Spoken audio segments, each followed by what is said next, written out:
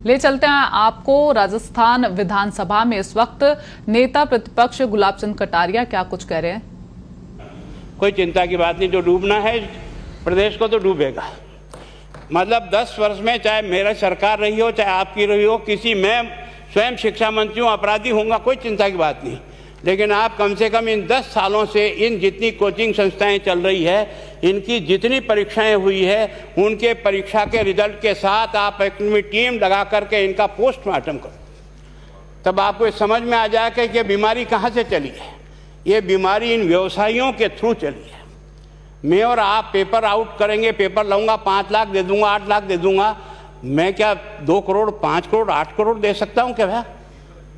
ये सारे के सारे जो पैसे देने वाले बड़े बड़े दिग्गज लोग हैं, जो कोई 10 करोड़ में पेपर ले जाता है, कोई 3 करोड़ में ले जाता है, कोई 2 करोड़ में ले जाता है, फिर अपने कोचिंग संस्थान में रिजल्ट लाता है, और उसके बाद बड़े बड़े पोस्टर बाहर लगाता है, मेरा 100% सिलेक्शन। ये है बीमारी की जड़। अगर मार करना चाहते हो तो यहाँ करो, तब तो जा कर के इसको कोई रोक सकोगे। बाकी से केवल मन को संतुष्ट करने का काम करो तो ये राजस्थान के उस गरीब बच्चे के साथ न्याय नहीं होगा, जो बड़ी मुश्किल से पढ़ता है, अपने घर में बूढ़े माँ बाप को भूखे मार के पढ़ता है, और उसके बाद परीक्षा के लिए जाता है, रोता हुआ घर लौटता है। क्या दुख नहीं होता है?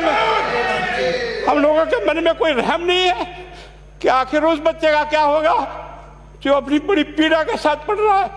इन सारे पैसे वाले लोगों के पास में आपने सारी सरकारी नौकरियों को भेज दिया। मैं बहुत कड़वा सच बोल रहा हूँ। आज जो पिछले 8 साल में नौकरी में लगे ना, उन सब का भी पोस्टमार्टम कराओ, आपको लगेगा आधा फर्जी मामला निकलेगा। कोई है नहीं, कोई सोचने वाला है इस पर कि आखिर उसके दर्द को कौन जानेगा, है ना। जिस प्रकार से हमने परीक्षा के माध्यम से इन पैसे वाले लोगों को उतार करके सारे के सारे उन गरीबों की आशाओं के ऊपर पानी फेर दिया।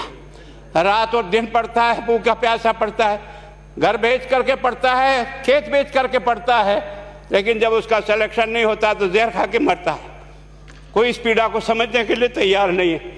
और हम इस कानून को ला करके दुनिया को बताना चाह रहे हैं कि हमने इतना बड़ा कानून कर दिया, इस कानून से कुछ भी नहीं होगा। मैं आज आपको कह रहा हूँ, ये जो आपने नए प्रावधान जोड़े हैं, मैं सोचता हूँ कि मुझे कुछ बोलने की इच्छा नहीं, मुझे बहुत दुख है इस बात का। क्या होगा ये?